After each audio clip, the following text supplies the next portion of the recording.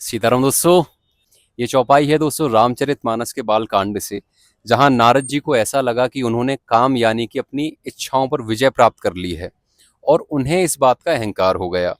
अब भगवान बिल्कुल बर्दाश्त नहीं करते कि उनके भक्त को किसी भी चीज का अहंकार हो या उनके भक्त में कोई भी दोष आए। तो भगवान ने एक लीला रची और एक फर्जी दुनिया बना दी जिसमें बहुत ही खूबसूरत राजकुमारी थी, और उस राजकुमारी को देखकर नारद जी का मन हुआ उससे शादी करने का। लेकिन उसके लिए उनको राजकुमारी जितना खूबसूरत होना था।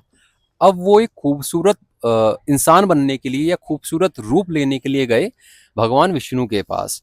वहां जाकर उन्होंने कहा, प्रभु जेहि विधि नाथ होई ही तुम मोरा, करहूं सो बेगी दास मैं तोरा। हे प्रभु, जिस प्रकार मेरा भला हो आप जल्दी से जल्दी वो काम करो। क्यों? क्योंकि मैं आपका दास हूं।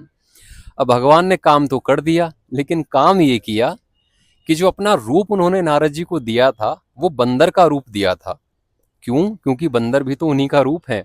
अब वहां जाकर नारद जी का बहुत अपमान हुआ, और बाद में जब रास्ते में वो जाने लगे विष्णु जी के पास तो उन्होंने बहुत अपमानजनक बातें विष्णु जी से कही और उन्हें श्राप दे दिया कि आपने मुझे बंदर बनाया है तो आगे चलकर आपको बंदरों से ही काम पड़ेगा।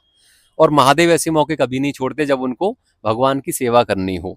इसीलिए हनुमान जी के रूप में प्रकट हुए हमारे महादेव। दूसरी चौपाई है कि भक्त की वजह से ही भगवान को चरण पादुकाओं का अवतार लेना पड़ा।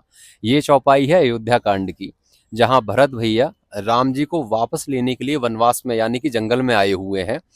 और एक दिन ऐसा आया जब राम जी ने कहा कि भरत तुम जो बोलोगे मैं वो करूंगा। तो भरत भैया सावधान हो गए और उन्होंने कहा, जेहि विधि प्रभु प्रसन्न मन होई, करुणा सागर की जय सोई। हे प्रभु, जिस प्रकार आपका मन प्रसन्न हो वो काम करो।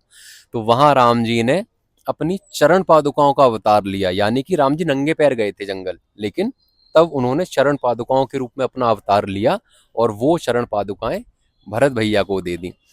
तो एक चौपाई वो है जो भगवान को हमारे लिए भला करने के लिए मजबूर करती है, और दूसरी वो है जो उनका मन, कि मतलब जिसमें उनका मन है वो काम करने के लिए मजबूर करती है भगवान को।